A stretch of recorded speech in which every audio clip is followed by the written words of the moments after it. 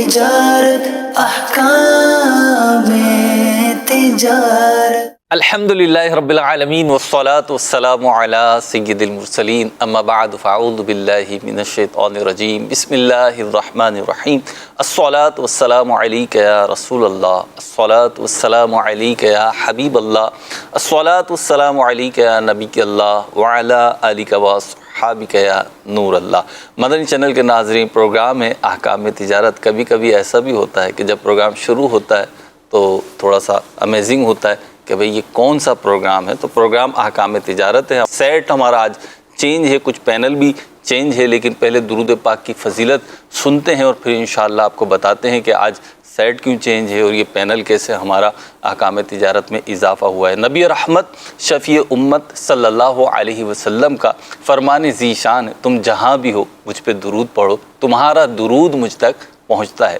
صلو علی الحبیب صلی اللہ علی محمد صلی اللہ علیہ وسلم۔ مدنی چینل کے ناظرین، الحمدللہ پروگرام احکام تجارت ایک عرصہ سے آپ مدنی چینل کی اسکرین پہ دیکھ رہے ہیں۔ عموماً ہم اسٹوڈیو سے کرتے ہیں، مفتی علی اصغر عطاری صاحب موجود ہوتے ہیں جو آج بھی موجود ہیں، ظاہر سی بات ہے ان کے بغیر ہم سلسلہ کیسے کریں گے۔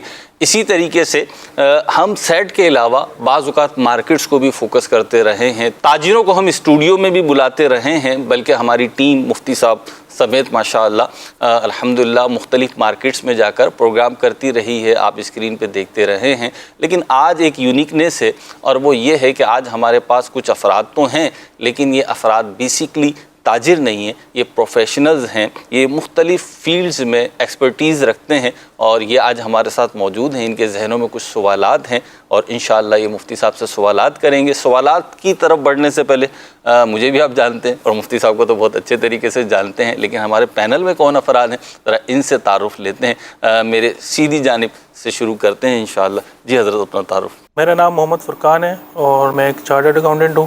ماشاءاللہ۔ جی عمر۔ میرا نام عمیر عطاری ہے اور میں بائی پروفیشن چارٹرڈ اکاؤنٹنٹ ہوں اور ایک فارماسیوٹیکل کمپنی میں as a chief internal audit وہاں پہ جاب کر رہا ہوں۔ چلیں جی اب دل کی جانب چلتے ہیں ہمارے ساتھ جو موجود ہیں۔ جی میرا نام کامران احمد ہاشمی ہے، بیسکلی بائی کوالیفیکیشن میں چارٹرڈ مینجمنٹ اکاؤنٹنٹ ہوں اور اس وقت انسٹیٹیوٹ آف بینکرز پاکستان میں C F and company secretary job کر رہا ہوں۔ ماشاءاللہ۔ میرا نام محمد عماد گانچی ہے، اپنا بزنس کرتا ہوں، بائی کوالیفیکیشن میں نے MBA کیا تھا فائننس میں۔ ماشاءاللہ۔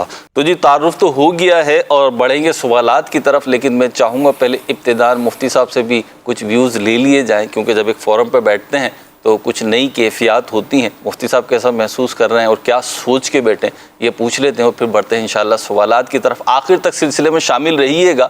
یوں تو یہ پروفیشنلز کا فورم ہے، ہو سکتا ہے آپ کے مطلب کے سوال نہ ہوں، جو آپ سوال کرنا چاہ رہے ہیں وہ نہیں ہو، لیکن میں امید کرتا ہوں کہ آخر تک بیٹھیں گے تو بہت اچھی پازیٹیو آپ کو انفارمیشن بھی ملے گی اور اس پر شرعی رہنمائی بھی ملے گی۔ مفتی صاحب آپ کی فیلنگ کیا ہے، کس نیت سے بیٹھیں؟ بسم اللہ الرحمن الرحیم۔ دیکھیے، لین دین، کاروبار و تجارت ایک بڑا وسیع موضوع ہے۔ ہمارا جو پروگرام کا فارمیٹ ہے، جی بنیادی طور پر تو ہم ذرائع آمدنی پر بات کرتے ہیں۔ تو ذرائع آمدنی نوکری پیشہ افراد کے ہوں، کاروباری لوگوں کے ہوں، اور پھر جو نوکری پیشہ افراد ہیں وہ بھی کئی طرح کے ہیں، جیسے کوئی IT ایکسپرٹ ہے جی تو اس کے اپنے سوالات ہوں گے۔ بالکل ایسے ہی۔ یہ جو لوگ ہیں جو فائننس پروفیشنز ہیں تو یہ تو ماہر معیشت بھی ہوتے ہیں اور فائننس کے ساتھ، کاروبار و تجارت کے ساتھ جو بھی کمپنی ہے وہ مال بیچتی ہے نا، ایک کارخانہ ہے، فیکٹری ہے، کمپنی ہے، لین دین کرتی ہے، جی پروڈکشن ہوتی ہے، وہ آگے جاتا ہے یا وہ سروسز دیتی ہے، تو اس کا جو فائننس ڈپارٹمنٹ ہے، اکاؤنٹ ڈپارٹمنٹ ہے، تو اس کے ریٹ کی ہڈی تو یہ لوگ ہوتے ہیں۔ بالکل، وہ چلی اس کی وجہ سے رہی ہے۔ تو ان کے ذہنوں میں ایک تو بہت سارے سوالات ویسے ہی ہوتے ہیں، اور دوسرا یہ ہوتا ہے کہ صحیح اور غلط اگر یہاں سے کور ہو جائے تو بہت سارے معاملات آگے جا کے بہتر ہو سکتے ہیں۔ لیڈنگ رول ہے ان کا، گویا کہ بلا شبہ لیڈنگ رول ہے، اور اگرچہ کہ رول ہے لیکن ایگزیکٹو پاور تو نہیں ہے نا، جی لیکن جس کے پاس ایگزیکٹو پاور ہے اس کے نزدیک ہے۔ ٹھیک ہے۔ تو بہت سارے لوگ ایسے ہوتے ہیں جو صحیح کرنا چاہتے ہیں، ان کی ٹیم کہتے نہیں غلط ہو جائے گا، صحیح، ٹھیک ہے، وہ ٹیم ہی ڈرا دیتی ہے ان کو۔ تو یوں یہ جو طبقہ ہے یہ ہمارے معاشرے میں تبدیلی کے لیے بڑا اہم طبقہ ہے، اور اس طبقے کیونکہ بات جو فائننس کی ہوتی ہے، کاروبار تجارت کی ہوتی ہے، لین دین کی ہوتی ہے، تو اس طبقے کے ذہنوں میں تجارت کے لوگوں سے زیادہ سوالات ہوتے ہیں۔ یعنی تاجروں سے زیادہ زیادہ سوالات سوال کے ذہن میں. کیونکہ وجہ یہ ہے نا کہ یہ پڑھ لکھ کر آئے ہیں. پروفیشنل ایجوکیشن تو لے کر آئے باقاعدہ. تاجر صرف اپنی فیلڈ تک محدود رہتا ہے, صحیح. لیکن ان لوگوں کی جو نظر ہے وہ کافی وسیع ہوتی ہے, بہت ساری چیزوں کے لوگ دیکھ رہے ہوتے ہیں, تو بڑا اچھا رہے گا میرے خیال میں. دیکھتے ہیں کیا رہتا ہے. ٹھیک ہے, پھر مجھ سے اب بلا تاخیر شروع کرتے ہیں. فرقان صاحب کی طرف چلیں گے, اور فرقان بھائی آپ سے چاہوں گا کہ پہلا سوال آپ ریز کریں. کیا ذہن میں ہے, کیا سوال ہے؟ سوال تھوڑا جنرل سا ہے میرا, کہ ہم جو بھی آج کل لین دین کرتے ہیں تو زیادہ تر اس کے لیے ہم ڈیجیٹل پیمنٹس کے مینز یوز کرتے ہیں. جیسے موبائل والیٹس کے اندر بینک کی اپلیکیشنز ہوتی ہیں, مختلف قسم کی کمپنیز ہیں جو موبائل والیٹس بھی کی سہولیات بھی ہمیں دیتی ہیں. ٹھیک. اس کے تھرو ہم یوٹیلیٹی بلز کی پیمنٹس کرتے ہیں, ایک دوسرے کو پیسے ٹرانسفر کرتے ہیں, یا کہیں سے کوئی آن لائن چیز پرچیز کرتے ہیں تو اس کی ادائیگی کرتے ہیں, کوئی فوڈ ڈیلیوری منگواتے ہیں تو اس کی ادائیگی کرتے ہیں. ٹھیک. تو اس طرح کی اپلیکیشنز یوز کرتے ہوئے ہمیں اسلامک فائنینس سے ریلیٹڈ کن چیزوں کو ہمیں مد نظر رکھنا چاہیے؟ ٹھیک ہے. اور مجھ سے بھی یہ جب دے رہے ہیں تو کوئی لے بھی رہا ہے, ظاہر سی بات. جی جی, دیکھیے بڑا ہی اہم سوال کیا ہے. ایک تو یہ ہے کہ ایک جو جدید صورتحال چل رہی ہے, لوگ پلاسٹک منی پہ آ رہے ہیں. یعنی حقیقتاً تو یہ پلاسٹک منی نہیں ہے, لیکن وہ کارڈ کو لوگ پلاسٹک منی کہہ رہے ہیں. ٹھیک. تو اب بعض لوگ سمجھتے ہیں جی یہ پیسہ ختم ہو گیا ہے, یورپ میں پلاسٹک منی رائج ہو گئی ہے, یوں ہو گیا ہے, یوں ہو گیا ہے. تو بھئی وہاں پیسے تو ہیں ابھی بھی, لیکن کارڈز کے ذریعے لین دین ہو رہا ہے. ہوتا یہ ہے کہ عام خرید و فروخت کے اندر ہم پیسے دیتے ہیں, سامان لیتے ہیں, چلے جاتے ہیں. جی. یعنی فریقین کا جو تصفیہ ہے وہ مکمل ہو گیا. لیکن جب آپ انوالو کرتے ہیں کارڈ کو, ہم دیکھ لیتے ہیں ڈیبٹ کارڈ کو ہم نے انوالو کیا ہے, تو ہم نے کسی سپر اسٹور سے سامان خریدا, اور سامان خریدنے کے بعد ہم نے کارڈ سوائپ کر دیا, تو ایک طرح سے یہاں تھرڈ پارٹی انوالو ہو جاتی ہے. ہم فارغ ہو جاتے ہیں, یعنی اب ہمارا کوئی کردار نہیں رہا. تھرڈ پارٹی کہتی ہے کہ یہ پیسے اب میں دوں گا. جب اس کا بینک کارڈ کو ایکسیپٹ کر لیتا ہے, اس کی مشین ایکسیپٹ کر لیتی ہے, پرچی رسید آ جاتی ہے, تو یہ ایسا ہی ہے کہ ایک حوالہ ہوا ہے کہ بھئی میرے جو پیسے ہیں اس سے لے لو. یہ کہتا ہے ٹھیک ہے بھئی اس کو فارغ کر دو.